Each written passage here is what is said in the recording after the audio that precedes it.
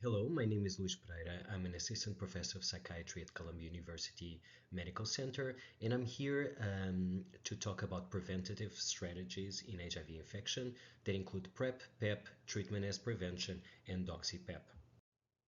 I have nothing to disclose. So, as I mentioned, these are the topics we're going to discuss. Starting with treatment as prevention, HIV infection was first described in 1981, and the first medication approved for HIV treatment took about 6 years to be made available, which was AZT in 1987. As you can see, after 1987, many other medications were approved to treat HIV, and now we use these medications in combination. The currently available antiretrovirals are potent, better tolerated, and have improved pharmacokinetic properties when compared to the older antiretrovirals, and this allows for suppression of viral replication that leads to undetectable viral load, and people living with HIV nowadays have a life expectancy similar to the general population not living with HIV. So this leads to this hypothesis. What if undetectable viral load could prevent the transmission of HIV? So there are three studies which recruited serodiscordant couples who were engaging in common sex. The partner who was seropositive had an undetectable viral load, and the seronegative partner was not on PrEP. And these three studies were called the Partner Study, the Opposites Attract Study, and the Partner 2 Study. And combined, the couples from these studies engaged in over 125,000 sex acts without a condom or PrEP over more than 2,600 couple years of observation. The data of these studies provided conclusive evidence of the power of viral suppression in preventing HIV transmission.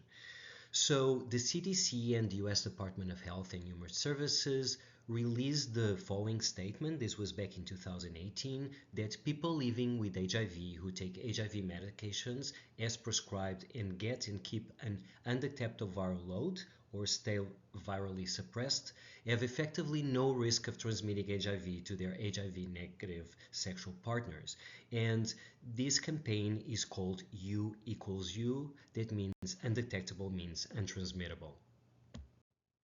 So I want to emphasize that this only applies to the sexual transmission of HIV and does not apply to pregnancy, labor and delivery, sharing syringes or other drug injection equipment, or breastfeeding, where the risk is increased.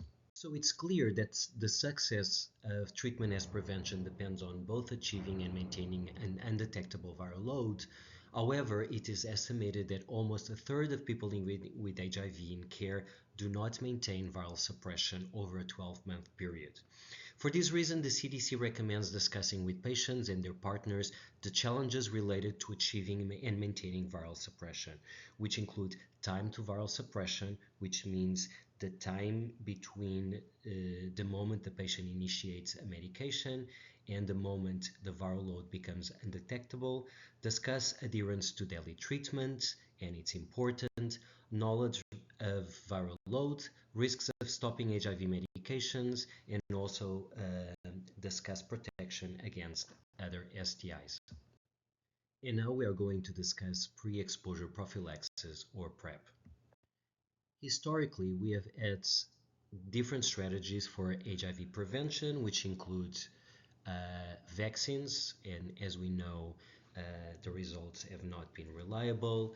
The use of condom that was approved by the FDA in 1986, but it has its own limitations because it's not 100% effective. AZT was the first drug approved for peripartum transmission of HIV infection. It was approved by the FDA in 1994, and in addition to this, the evidence of the efficacy of antiretrovirals to prevent HIV transmission, which was collected from animal models, perinatal transmission in humans, and occupational post-exposure in humans, led to the development of PrEP. One of the questions that is often asked is what is the difference between PrEP and PEP? So if we think about a high-risk event, if someone was prior to that event taking a medication to prevent HIV infection, then that is called PrEP, pre-exposure prophylaxis. If the person was not taking anything and starts taking a medication after the high-risk event, then it's called PEP, so post-exposure prophylaxis.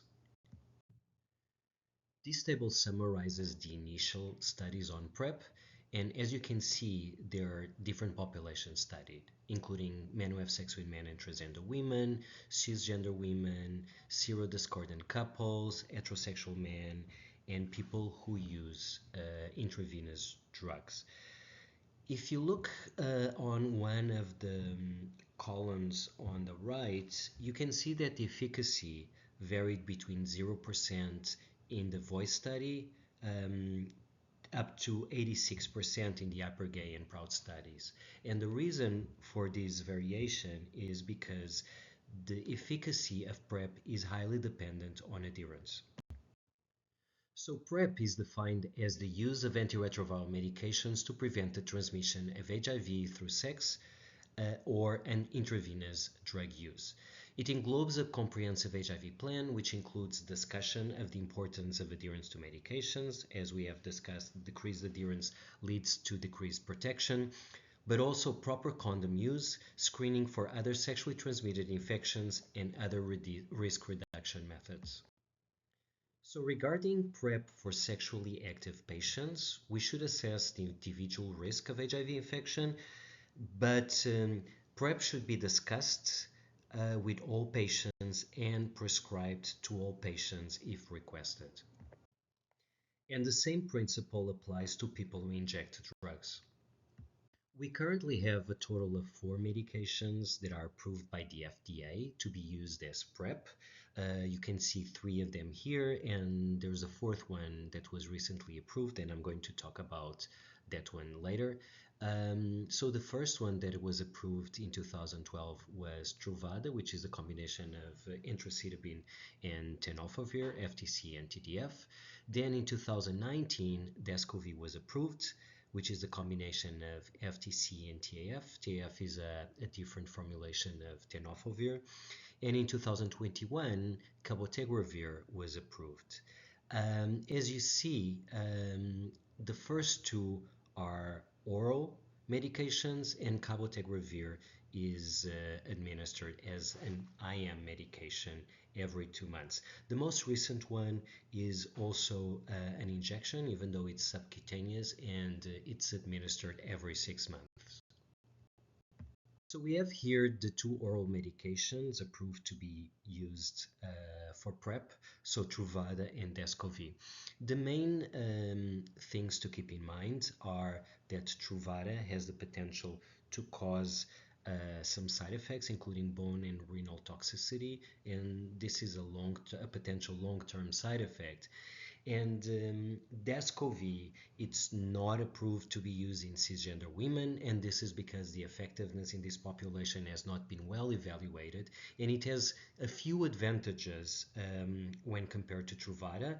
So TAF, which is a different formulation of tenofovir, is associated with lower plasma levels and higher intracellular levels of the active metabolite when compared to TDF.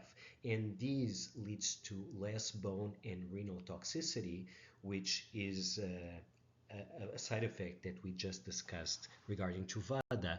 However, Descovy also has a few disadvantages, which include the fact that TAF is associated with greater weight gain and increase in LDL cholesterol when compared to TDF.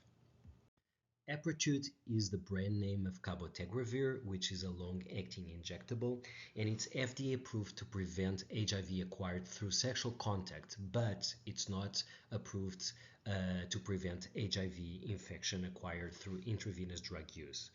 It's administered as an intramuscular injection, so the patient receives a first injection, then a second injection 1 month later, and the following injections are administered every other month. A 4-week lead-in period of daily oral cabotegravir prior to the first injection is optional for patients who are worried about side effects, but it's not necessary. And the most common side effects are basically site reactions, which include pain, tenderness, and local skin swelling, but it's generally very well tolerated. How does cabotegravir compare with Truvada?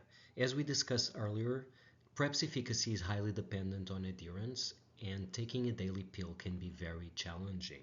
So, two randomized, double-blind, double-dummy studies found that cabotegravir was more effective than oral Truvada, with a 66 reduction in the risk of HIV infection in men who have sex in men and transgender women, and 89% in cisgender women. And it's thought that the reason why cabotegravir is more effective than oral Truvada is because of adherence. These are the baseline assessments prior to prescribing PrEP, which include HIV testing, and it's important to test for HIV because PrEP is only indicated for people who are not infected with HIV, because if the person is infected, then the person requires treatment with several drugs. But also, it's recommended to screen for bacterial STIs, which include chlamydia, gonorrhea, and syphilis, assess kidney function, hepatitis B testing, and also lipid profile. This chart summarizes the importance of testing for HIV infection prior to starting PrEP.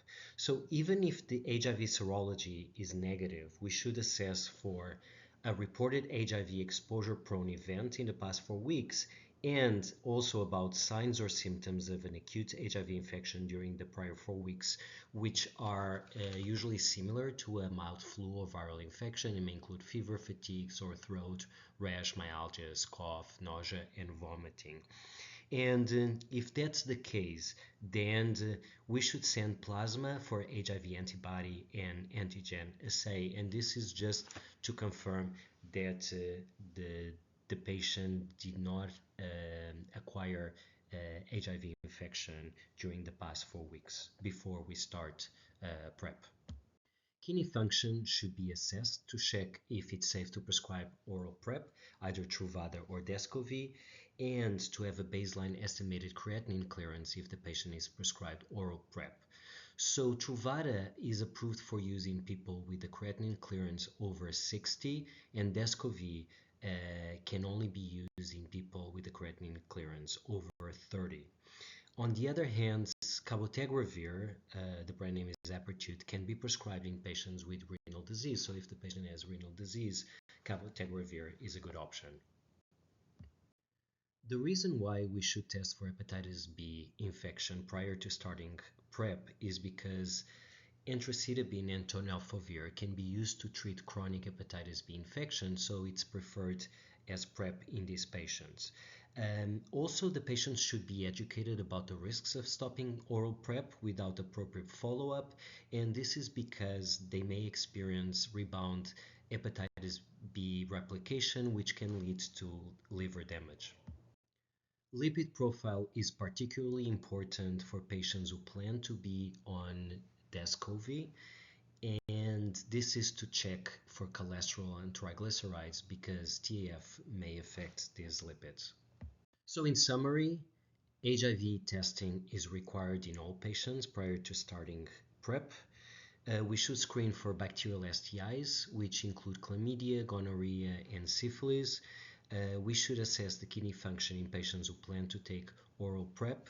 Hepatitis B should be tested in all patients, but in particular in patients who plan to take oral PrEP, because as we discussed, it can be used also to treat hepatitis B infection. And the lipid profile is particularly important in patients who plan to take Descovy. What about recommendations for follow-up? So we should always rule out HIV infection, which includes testing for HIV, but also inquiring about signs or symptoms of an HIV acute infection every 3 months for patients taking oral PrEP, and every 2 months for patients taking injectable PrEP, in this case cabotegravir. This does not apply to the new medication, which we're going to discuss in a little bit. Do not prescribe more than a 90-day supply of oral PrEP at a time. Screen sexually active people for bacterial STIs and monitor the renal function if the patient is on oral PrEP. So every 6 months, if the patient is 50 years old or older, has a creatinine clearance under 90, if the patient has other risk factors for renal disease, including hypertension and or diabetes, and every 12 months if the patient does not have any of the criteria listed above. And cholesterol, triglycerides, and weight should be assessed every 12 months for patients on Descovy. Initially, I mentioned that oral PrEP should be taken daily. However, there is a different way of prescribing it, which is called event-driven, intermittent, on-demand, or quarterly time prepped, which may be a reasonable option for men who have sex with men who request non-daily dosing, have sex infrequently, and can anticipate sex to take the dose at least 2 hours before sex. And I want to emphasize that it's not FDA approved and not recommended by the CDC, although it can be used. So it's called 2-on-1 dosing, and it's recommended that the patient takes 2 pills 2 to 24 hours before sex, then 1 pill 24 hours after the first 2 pills, and 1 pill 48 hours after the first 2 pills.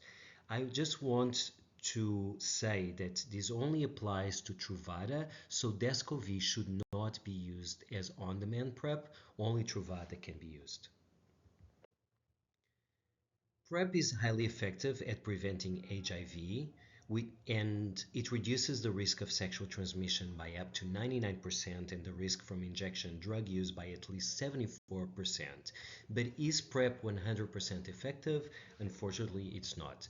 There have been reports of PrEP failure. The first one in Canada, the patient was infected with a virus that was resistant to multiple antiretrovirals, including the antiretrovirals used for PrEP. Then a second case in New York City of a man who was also infected by a virus that was also resistant to PrEP. And there was a case in Amsterdam, Holland, of a patient who was infected by a wild-type virus, which is a virus that is not resistant to antiretrovirals. And all cases had high levels of the active form of TDF, which is called TDP, which means that the patients were taking PrEP as prescribed. As I mentioned, there's a fourth drug for PrEP, which is lenacapavir. The brand name is Yeztugo. It's an HIV-1 capsid inhibitor, which is a different class from the other PrEP medications, and was approved for PrEP this year. It's administered as a subcutaneous injection, administered every 6 months in patients weighing at least 77 pounds. It's partially metabolized by the CYP3A, so there's a potential for important drug interactions, and the most common side effects are injection site reactions, headache, and nausea.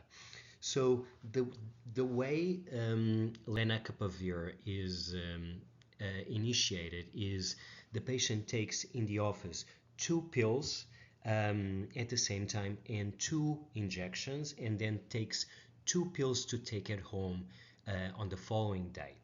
And then the patient continues to receive 2 injections in office every 6 months. These are the take-home points regarding PrEP. PrEP is over 99% effective at reducing the risk of HIV infection through sex, and at least 74% effective to reduce the risk of HIV infection through intravenous drug use. Adherence is essential to maintain protection. HIV infection needs to be ruled out prior to the initiation of PrEP. Otherwise, if the patient is already infected with HIV, the virus may develop resistance to the antiretrovirals that are used as PrEP. PrEP is available as oral formulations, which include Truvada and Descovy, also injectable formulations, which include cabotegravir and lenacapavir. Oral PrEP should be taken daily, but in men who have sex with men, Truvada can be used on demand in certain situations, although it's not FDA approved and not recommended by the CDC. One important aspect of PrEP is how long does it take for a person to be protected after starting PrEP. So it takes at least 7 days of daily use for a person to be protected when the person engages in receptive anal sex, and 21 days of daily use for receptive vaginal sex and intravenous drug use. There's no data available for insertive vaginal and anal sex, and also there's no data available on how long it takes cabotegravir or lenacapavir to reach maximum protection against HIV. So generally speaking, and these numbers apply to receptive anal sex. It takes about 7 days for Truvada to be protective and about 21 days for Descovy to be protective. Continuing the take-home points, Descovy is not recommended for use by cisgender women, and this is because there is no data available. And if oral PrEP is used, the renal function should be monitored. Truvada is approved for use in people with a creatinine clearance over 60 milliliters per minute, and Descovy is approved only for use in people with a creatinine clearance over 30 milliliters per minute. Cabotegravir is safe to be used in patients with decreased renal function, and Yeztugo, which is lenacapavir, is administered subcutaneously every 6 months, but because it's partially metabolized by the CYP3A, it may have some potential drug interactions with inducers or inhibitors. Now we're going to talk about post-exposure prophylaxis, or PEP. PEP is used for prevention of HIV infection in HIV-negative individuals after exposed to substantial risk for transmission of HIV. The main message about PEP is that it should be started as soon as possible, up to 72 hours after exposure, ideally in the first 24 to 48 hours, and includes a 28-day course of a 3-drug antiretroviral regimen, which, depending on the guidelines, may include Truvada once daily plus either valtegravir or dolutegravir. And basically, these are medications that are used to treat HIV infection. This is the algorithm for evaluation and treatment of possible non-occupational HIV exposures, and the main message again is that post-exposure prophylaxis should be started up to 72 hours since exposure, and it's not indicated after 72 hours. The last topic we're going to discuss is doxy-PEP. In October of 2023, the CDC proposed guidelines to use the antibiotic doxycycline as PEP to prevent bacterial STIs. And this is what is called doxy-PEP. So the data from the doxy-PEP trial, which enrolled over 500 men and transgender women who have sex with men at public health clinics in San Francisco and Seattle, included patients that were living with HIV, about a third, and 2/3 were taking PrEP. The participants were randomly assigned to one of two groups.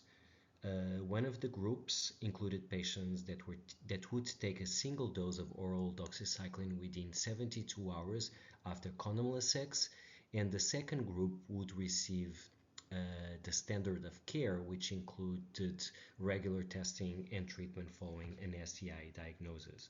As you can see, doxycycline was able to reduce the risk of acquiring chlamydia, syphilis, and gonorrhea, although it was less effective in preventing gonorrhea. A single dose of 200 milligrams of oral doxycycline should be taken within 72 hours after oral, anal, or vaginal sex. So this is the recommendation for doxy-PEP. And it's recommended to gay, bisexual, and other men who have sex with men, and also for transgender women. The CDC recommends that providers should use their clinical judgment and shared decision-making process to inform use of doxy-PEP with populations that are not part of the CDC recommendations, which include cisgender women, cisgender heterosexual men, transgender men, and other queer and non-binary persons assigned female at birth, just because the clinical data is limited. So, in conclusion, treatment as prevention, pre-exposure prophylaxis or PrEP, post-exposure prophylaxis or PEP are evidence-based strategies for HIV prevention. Treatment as prevention is based on an undetectable viral load. FDA-approved options for PrEP include oral medications such as Truvada and Descovy, and two injectables, which are cabotegravir and lenacapavir. Post-exposure prophylaxis or PEP should be started as soon as possible, up to 72 hours after exposure, and includes a 28-day course of a 3-drug antiretroviral regimen. And finally, doxy-PEP, which is a form of post-exposure prophylaxis, can be used for the prevention of bacterial STIs. Thank you very much.